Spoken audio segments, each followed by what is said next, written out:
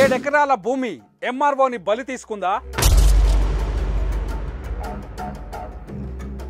MRO ఇంట్లో ఉన్న ఆ ఫైల్ ఏంటి? ఆ ఫైల్ కోసమే వచ్చి చంపేశారా? ఎంఆర్ఓ రమణయ్యకు ఆ 7 ఎకరాల భూమికి సంబంధం ఏంటి? తేజస్ అకాడమీ స్థాపించిన 12 సంవత్సరాల్లో 1918 డిఫెన్స్ ఉద్యోగాలతో పాటు ఇంటర్లో రాష్ట్ర స్థాయి మార్కు సాధించి తెలంగాణ నెంబర్ 1 గా నిలిచిన తేజస్ ప్లాన్ ప్రకారమే నిందితుడు పారిపోయాడా? ఒక వ్యక్తిని హత్య చేయాల్సినంత అవసరం ఎవరికి వస్తుంది? అందులో ఒక ప్రభుత్వ అధికారిని చంపేయాలనే ఆలోచన ఎందుకొచ్చింది? చంపితే హంతకుడిని అవుతానని అవతల వ్యక్తికి ఆలోచించలేదా? విశాఖలో ఎంఆర్ఓ రమణయ్య హత్య వెనుక అసలు రహస్యమేంటి? ఇప్పుడు ఆంధ్రప్రదేశ్లో జరుగుతున్న చర్చ ఇదే. జీవీడి ప్రసాద్ అని చెప్పి ఆర్టీసీలో వర్క్ చేస్తుంటాడమ్మా. ఆయనేమో చంపుతామని గట్టిగా బలంగా బెదిరించాడు. మా వాచ్మెన్ సెల్ నుండి ఆయన ఫోన్ చేయడం జరిగింది. ఆయన రికార్డు తీస్తే మొత్తం ఇదంతా బయటకు వచ్చే అవకాశం ఉందని మాకు అనిపిస్తుంది. ఎంఆర్ఓ రమణయ్య హత్యకు విజయనగరం జిల్లా చీపురుపల్లిలోని 7 ఎకరాల భూమికి ఏదో లింక్ ఉంది.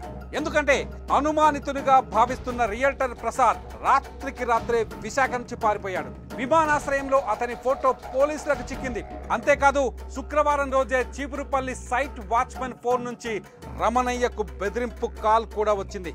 దీంతో హత్యకు చీపురుపల్లి భూమికి లింక్ ఉందని తెలుస్తోంది. చీపురుపల్లిలో ఉన్న 7 ఎకరాల భూమి చుట్టూ కొంత వివాదం జరుగుతోంది. ఎంఆర్ఓ రమణయ్య బంధువులకు మధురవాడ ప్రసాద్ కు మధ్య కొంత వివాదం కొనసాగుతున్నట్టు తెలుస్తోంది. ఈ వివాదంలోనే ఎంఆర్ఓ రమణయ్యను అతని సోదరుడు రాజేంద్రను కొంతకాలంగా ప్రసాద్ బెదిరిస్తున్నాడనే సమాచారం ఉంది. శుక్రవారం మధ్యాహ్నం కూడా చీపురుపల్లి ల్యాండ్ వాచ్మెన్ ఫోన్ నుంచి కాల్ చేసి రమణయ్యను చంపేస్తామని బెదిరించినట్టు తెలుస్తోంది. కట్ చేస్తే సాయంత్రమే రమణయ్య ఇంటికి వచ్చిన దుండగులు ఆయనతో గొడవపడి ఇనుపరాడుతో దాడి చేసి పారిపోయారు. అయితే రమణయ్యపై దాడికి ముందు ఒక చిన్న ట్విస్ట్ ఉంది. అదేంటి అంటే రమణయ్యపై దాడికి ముందు ఆయన ఇంటికి ఒక పూజారి వచ్చి వెళ్లారు. ఆయన తీసుకొచ్చిన ఒక ఫైలును జాగ్రత్తగా ఉంచమని రమణయ్యకు చెప్పినట్టు తెలుస్తోంది. రమణయ్యపై దాడి చేసిన దుండగులు కూడా అదే ఫైల్ కోసం రమణయ్య ఇంటికి వచ్చారని, ఆ ఫైల్ కోసమే అతని పైన దాడి చేశారని పోలీసులు అనుమానిస్తున్నారు.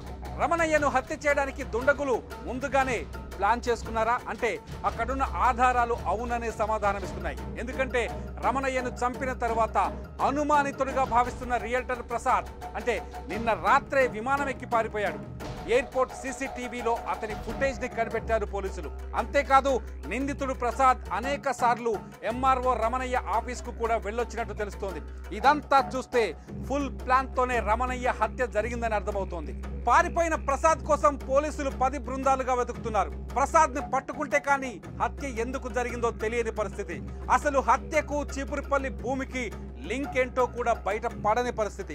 కాకపోతే ఒక్కటి మాత్రం నిజం, చీపురుపల్లిలోని ఆ 7 ఎకరాల భూమి కోసమే ఎంఆర్ఓ రమణయ్యను చంపేశారన్నది నిజం. చూద్దాం ఈ కేసులో ఇంకెన్ని ట్విస్టులు బయటకు వస్తాయో.